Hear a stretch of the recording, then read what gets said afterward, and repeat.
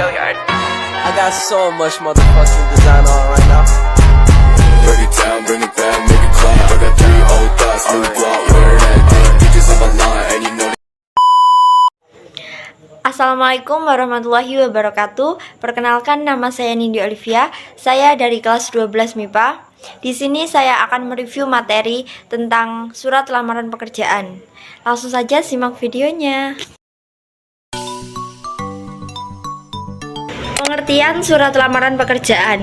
Menurut saya, surat lamaran pekerjaan adalah surat yang berisi identitas diri, riwayat pendidikan, dan pengalaman atau keahlian seseorang yang dibuat dengan tujuan untuk melamar pekerjaan di suatu perusahaan. Sedangkan menurut KBBI, surat lamaran pekerjaan adalah surat resmi yang dibuat dan dikirimkan oleh seseorang yang ingin bekerja di sebuah kantor, perusahaan, ataupun instansi tertentu. Fungsi dan tujuan surat lamaran pekerjaan. Fungsinya yaitu sebagai bukti tertulis pengajuan lamaran kerja, memperkenalkan diri sebagai pelamar, sebagai alat permohonan kerja secara resmi, sebagai alat untuk komunikasi, sebagai bahan untuk dijadikan pertimbangan, dan sebagainya. Kemudian tujuannya yaitu untuk menjelaskan ketertarikan calon karyawan atas posisi yang dilamar, serta bertujuan untuk memberikan perkenalan dan self-marketing agar perusahaan tertarik untuk memanggil pada tahap rekrutmen selanjutnya. Kemudian unsur kebahasaan surat lamaran pekerjaan. Yang pertama yaitu menggunakan pilihan kata yang baku.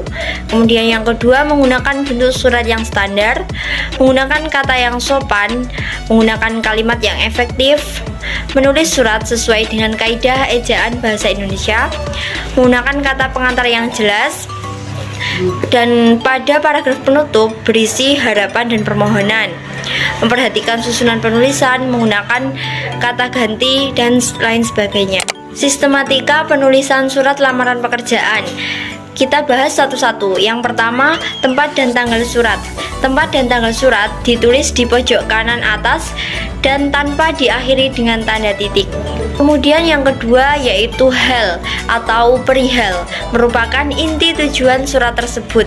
Kata hal diikuti tanda titik 2, dilanjutkan dengan sesuatu yang ingin disampaikan, diawali dengan huruf kapital dan tidak diakhiri dengan tanda baca apapun. Selanjutnya yang ketiga, lampiran. Lampiran berisi tentang dokumen-dokumen pendukung surat lamaran yang dibuat. Dalam lampiran diterangkan banyaknya helai atau berkas yang dilampirkan. Jumlah barang yang dilampirkan ditulis dengan angka dan tidak diakhiri dengan tanda baca lain. Yang keempat, alamat surat. Penulisan alamat tidak diakhiri dengan tanda titik di setiap barisnya. Penulisan alamat harus benar dan jelas. Yang kelima adalah salam pembuka. Salam pembuka ditulis di sebelah kiri di bawah alamat surat dan di atas kalimat pembuka isi surat. Salam pembuka yang biasa digunakan adalah dengan hormat atau bisa menggunakan salam pembuka yang lainnya. Selanjutnya yang keenam, paragraf pembuka. Paragraf pembuka ini dapat berupa informasi yang didapatkan pelamar tentang lowongan pekerjaan. Yang ketujuh, isi. Bagian isi harus jelas memuat tentang ketertarikan, minat, atau harapan untuk mendapatkan pekerjaan di tempat atau instansi yang dikirimi lamaran pekerjaan tersebut. Unsur-unsur yang terdapat pada isi surat lamaran pekerjaan yaitu sebagai berikut. A. Identitas pelamar.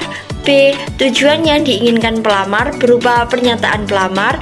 C. Kualifikasi pelamar terutama pendidikan, pelatihan, dan pengalaman kerja.